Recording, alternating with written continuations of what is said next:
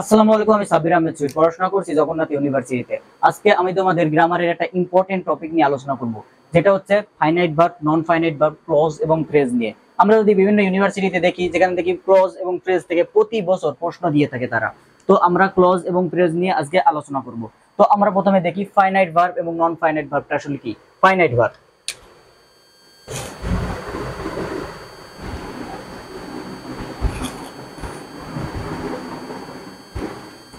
Finite verb, finite ভার্বটা আসলে কি? যে ভার্বটি নাম্বার, পারসন এবং টেন্স অনুযায়ী পরিবর্তন হয়, সেটা হচ্ছে finite verb. Number, person, tense অনুযায়ী পরিবর্তন হয়। তোমরা জাস্ট চারটা জিনিস মাথায় রাখবা।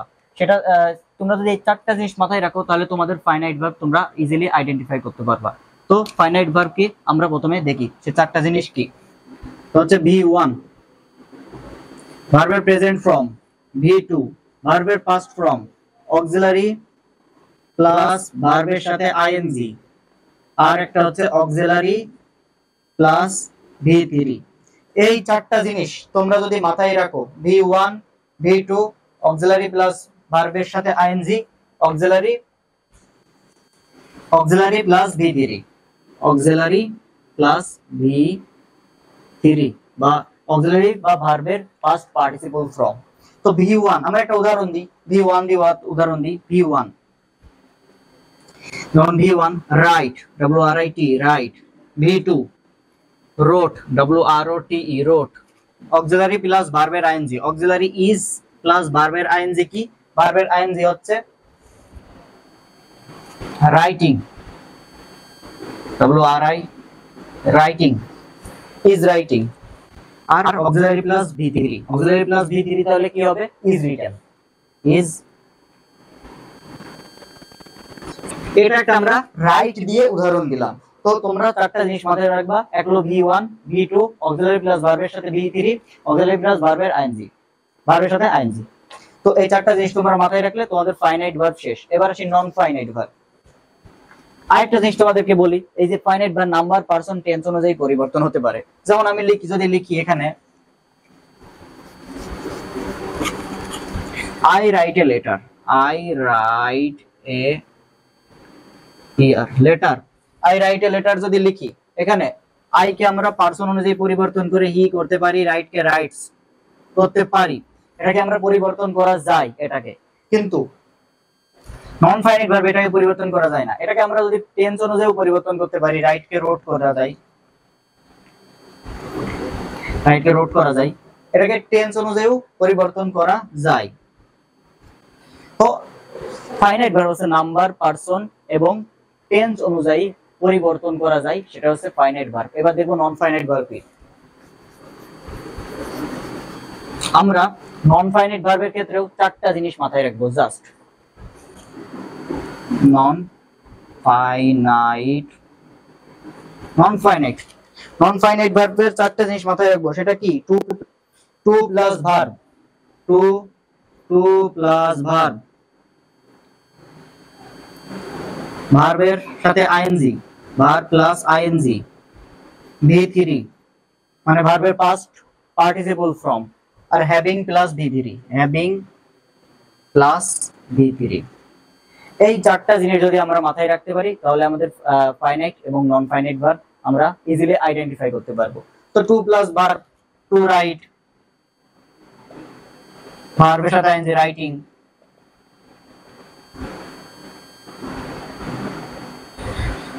রিটেন, আর একটা কি? Having written, having written. আরে তাড়াতাড়ি লিখতে গিয়ে হ্যাভিং রিটেন। এই চারটা জিনিস যদি আমরা মাথায় রাখতে পারি, তাহলে আমাদের ফাইনাইট নন ফাইনাইট ভার্ব আমরা আইডেন্টিফাই করতে পারবো। এবার আমরা দেখবো ক্লজ নিয়ে। ক্লজটা আসলে কি? ক্লজকে আমরা প্রধানত তিন ভাগে ভাগ করতে পারি। ক্লজ, CLAUSE, ক্লজকে প্রধানত তিন ভাগে ভাগ করতে পারি আমরা। প্রথমে principal clause, subordinate clause, coordinate clause. Principal clause, PRINCIPAL, principal, CLAUSE। Principal clause কে বলে আমরা ইন্ডিপেন্ডেন্ট ক্লজ। মানে কারোর উপরে ডিপেন্ড না, নিজেই নিজের স্বাধীন মানে অর্থ প্রকাশ করতে পারবে, কারোর উপরে ডিপেন্ড করা লাগবে না, সেটা হচ্ছে প্রিন্সিপাল ক্লজ। এবার দেখি subordinate clause. Subordinate subordinate clause যেটা প্রিন্সিপাল ক্লজের উপর ডিপেন্ডেন্ট, মানে সে নিজে তার অর্থ প্রকাশ করতে পারবে না, তাকে অর্থ প্রকাশ করতে হলে প্রিন্সিপাল ক্লজের উপর ডিপেন্ড করতে হবে, এটাই হচ্ছে সাবঅর্ডিনেট ক্লজ। কোঅর্ডিনেট কোঅর্ডিনেট ক্লজটা আসলে কি? কোঅর্ডিনেট ক্লজ হচ্ছে কিছু দুইটা প্রিন্সিপাল বা একাধিক সমজাতীয় প্রিন্সিপাল ক্লজকে তার যে কোঅর্ডিনেট কনজাংশন আছে সেই কোঅর্ডিনেট কনজাংশন দ্বারা তাকে যুক্ত করে। আরেকটা কথা বলি, এই সাবঅর্ডিনেট ক্লজের আবার তিন প্রকার। এক হলো noun clause, noun CLAUSE noun clause, দুই অ্যাডজেক্টিভ ক্লজ, আর তিন হলো adverbial clause. Adverbial clause, adverbial CLAUSE। Noun clause, adjective clause, adverbial clause, এই হচ্ছে সাবঅর্ডিনেট ক্লজ, তিন প্রকার নাউন ক্লজ। তোমরা যদি বিগত বছরের প্রশ্ন দেখো, দেখবা যে এই noun clause, adjective clause, adverbial clause প্রত্যেকটা ইউনিভার্সিটিতেই প্রশ্ন এসে থাকে। এর আগে নাউন ক্লজ সম্ভবত অ্যাডজেক্টিভ ক্লজ থেকে রাজশাহী ইউনিভার্সিটিতে একটা প্রশ্ন ছিল RU-তে, এবং নাউন ক্লজ থেকে এটা ছিল সম্ভবত নাউন ক্লজ থেকে ছিল GST তে, আমি যখন এক্সাম দিই তখন রাজশাহী ইউনিভার্সিটিতে অ্যাডজেক্টিভ ক্লজ থেকে ছিল, আর GST তে নাউন ক্লজ থেকে ছিল। এটা আমাদের জানতে হবে অবশ্যই, এখান থেকে এক মার্ক কমন এক মার্ক। তো ক্লজ আমরা প্রথমে প্রিন্সিপাল ক্লজ দেখব। প্রিন্সিপাল ক্লজ, প্রিন্সিপাল ক্লজ আছে নিজেই স্বাধীনভাবে অর্থ প্রকাশ করতে পারবে। যেমন আমরা একটা উদাহরণ দিই, we want justice, want JUSTICE justice, এটাকে নিজেই নিজের অর্থ প্রকাশ করতে আছে, এটাকে অন্য কারোর উপর ডিপেন্ড করা লাগে না, সিম্পল জাস্ট একটা সাবজেক্ট একটা ফাইনাইট ভার্ব থাকবে, সেটা হচ্ছে প্রিন্সিপাল ক্লজ, একটা সাবজেক্ট একটা ফাইনাইট ভার্ব। সাবঅর্ডিনেট ক্লজ কি? প্রিন্সিপাল ক্লজে কি থাকবে? সাবজেক্ট আর একটা finite verb, INIT finite verb. Subject আর একটা ফাইনাইট ভার্ব থাকলে প্রিন্সিপাল ক্লজ। সাবঅর্ডিনেট কি? সাবঅর্ডিনেট ক্লজ হচ্ছে প্রিন্সিপাল ক্লজের উপর ওরা ডিপেন্ড করে। আমি কিছু সাবঅর্ডিনেট কনজাংশন তোমাদের লিখে দিচ্ছি এখানে। সাবঅর্ডিনেট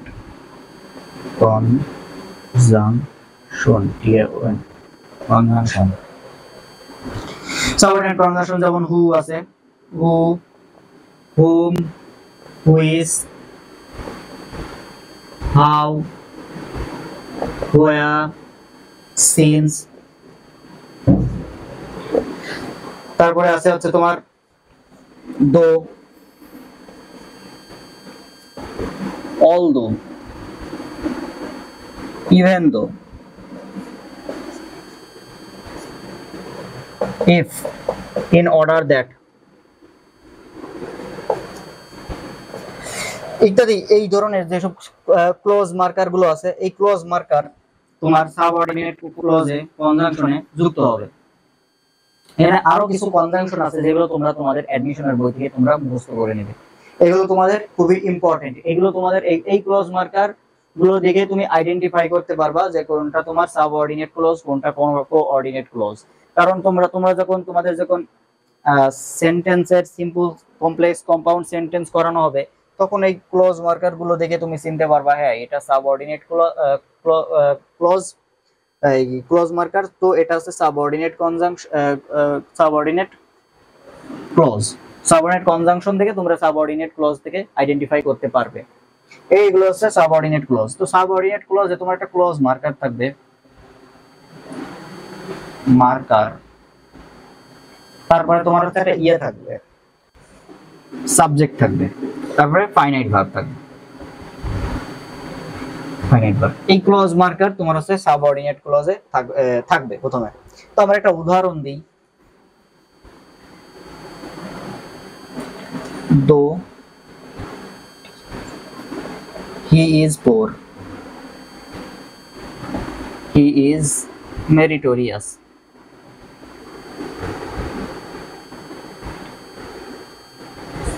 দো he is poor he is meritorious. যদিও সে গরিব, যদি আমরা এইটুকু নেই, এটা কি কোনো আলাদা অর্থ পাই? যদিও সে গরিব,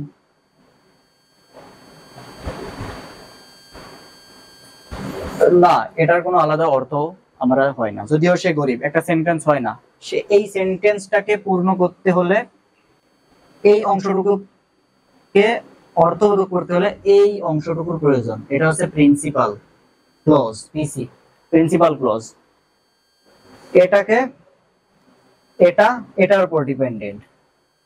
ইন্ডিপেন্ডেন্ট ক্লজ এই হচ্ছে সাবঅর্ডিনেট ক্লজ, যে সবসময় প্রিন্সিপাল ক্লজের উপর ডিপেন্ড করে থাকে। এই যে ইন্ডিপেন্ডেন্ট ক্লজ প্রিন্সিপাল ক্লজের উপর ডিপেন্ড করে আছে, নিজে নিজে অর্থ প্রকাশ করতে পারবে না।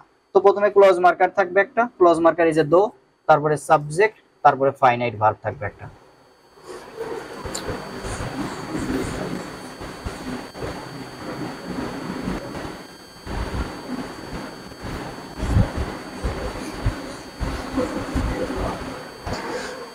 এরপর আছে কোঅর্ডিনেট ক্লজ।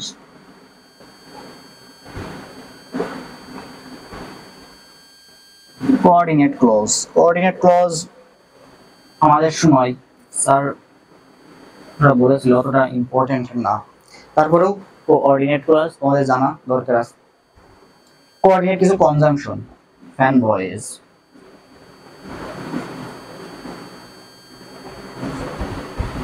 এই ফ্যান বয়েজটা তোমরা মনে রাখতে পারো, এটা যদিও বহুল আলোচিত।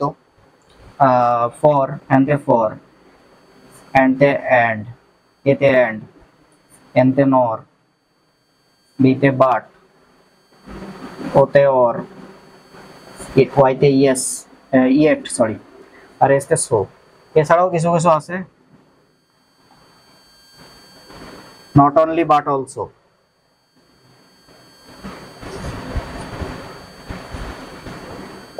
either or, neither nor,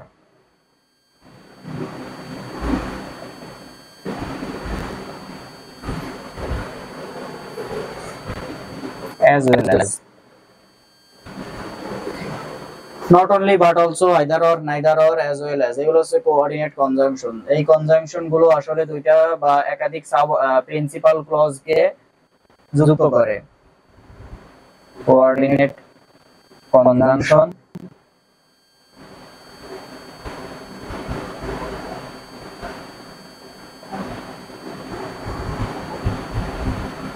একাধিক প্রিন্সিপাল ক্লজ কে এই কোঅর্ডিনেট কনজাংশন যুক্ত করে। আসলে একটা উদাহরণ দিয়ে আমরা দেখি, হি রিডস ইন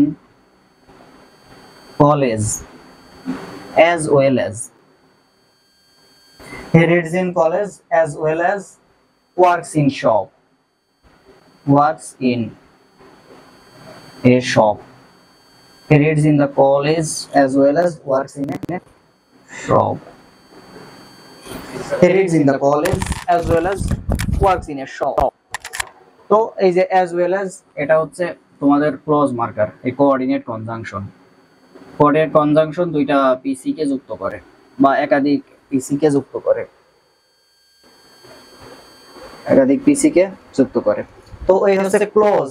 ক্লজ দেখলাম আমরা। এছাড়াও আছে noun clause, adjective clause, adverbial clause.